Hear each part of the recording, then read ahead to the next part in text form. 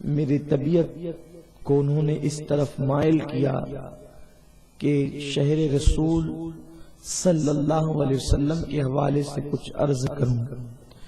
جب شہر رسول کے حوالے سے بات ہوگی انشاءاللہ تو اہل سنن کا عقیدہ آپ کو خود بخود پتہ چل جائے گا.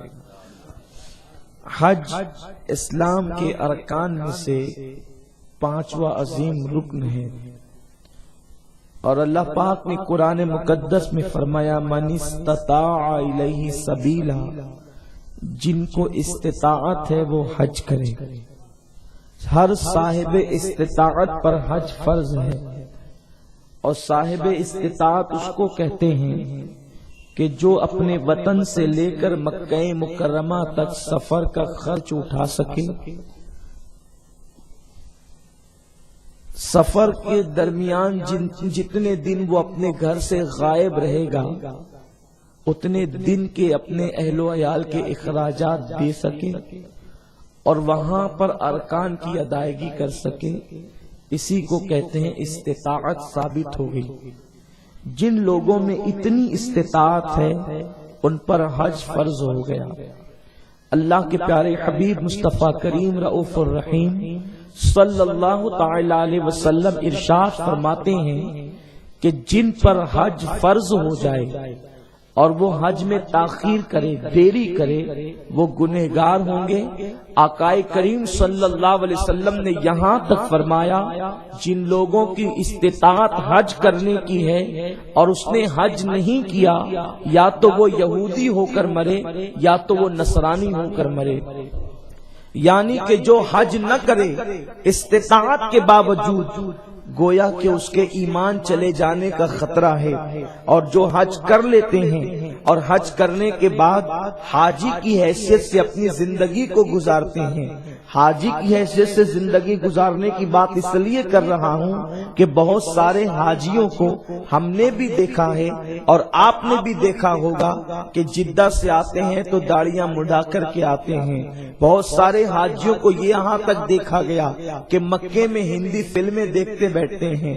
بہت سارے حاجیوں کو یہاں تک دیکھا گیا جھوٹ بولتے ہیں، غیبتیں کرتے ہیں، صلہ رحمی نہیں کرتے، نمازوں کو ترک کرتے ہیں، حرام کاروبار کرتے ہیں، پھر بھی دنیا ان کو حاجی صاحب کہہ کر پکارتی ہے.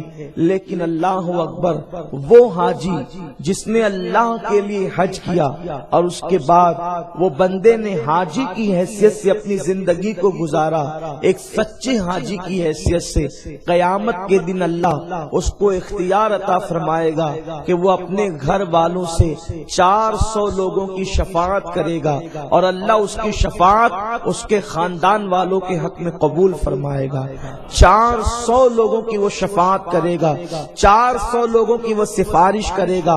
فرمایا گیا جب بندہ حج کر لیتا ہے تو اللہ اس کے تمام جرائم کو بخش دیتا ہے، تمام گناہوں کو معاف فرما دیتا ہے. میرے پیارے آقا صلی اللہ علیہ وسلم کے پیارے دیوانوں، اس لیے اس محفل کے اندر جتنے لوگ موجود ہیں، اگر اللہ نے طاقت دی ہے، اللہ نے استطاعت دی ہے، تو آج ہی حج کی نیت کر لیجئے تاکہ اللہ آئندہ سال آپ کو ہم سب کو حج کی سعادت نصیب فرمائے. لوگ یہ سوچتے ہیں ابھی تو میں جوان ہوں، میرے بچے بڑے ہو جائیں گے، بچوں کا حق ادا کروں گا پھر حج کروں گا. بچے بڑے ہو جاتے ہیں، ان کی شادیاں کر لوں گا پھر حج کروں گا، ان کے حصے تقسیم کروں گا پھر حج کروں گا. یاد رکھیں آپ جوان ہیں، بالغ ہو چکے ہیں. اب اگر آپ کے پاس اتنے پیسے آ گئے کہ آپ مکہ شریف تک کے سفر کر سکتے ہیں، اخراجات برداشت کر سکتے ہیں، گھر والوں کو خرچہ دے سکتے ہیں، وہاں کا خرچ اٹھا سکتے ہیں، اور آپ نے ارکان کی ادائیگی کی طاقت ہے، آپ پہ حج فرض ہو چکا ہے. جتنی تاخیر کریں گے اتنا گناہ بڑھتا چلا جائے گا، اتنا جو ہے وہ اللہ کی بارگاہ میں آپ جو ہے وہ معتوب ہوتے چلے جائیں گے. میرے پیارے آقا صلی اللہ علیہ وسلم کے پیارے دیوانوں، بہت سے لوگ تو یہ سوچ کر کے بیٹھتے ہیں